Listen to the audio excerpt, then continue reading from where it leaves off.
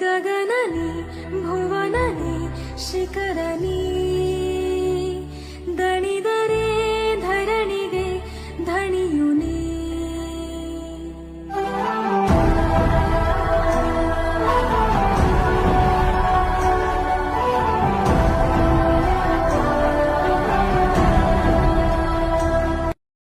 ಈ ಪ್ರಪಂಚದಲ್ಲಿ ಯಾರಿಗ್ ಮರ್ಯಾದೆ ಕೊಡದೇ ಇದ್ರು ನಡೆಯುತ್ತೆ.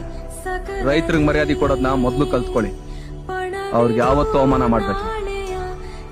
ರೈತ ಈ ದೇಶದ ಬೆನ್ನೆಲುಬು.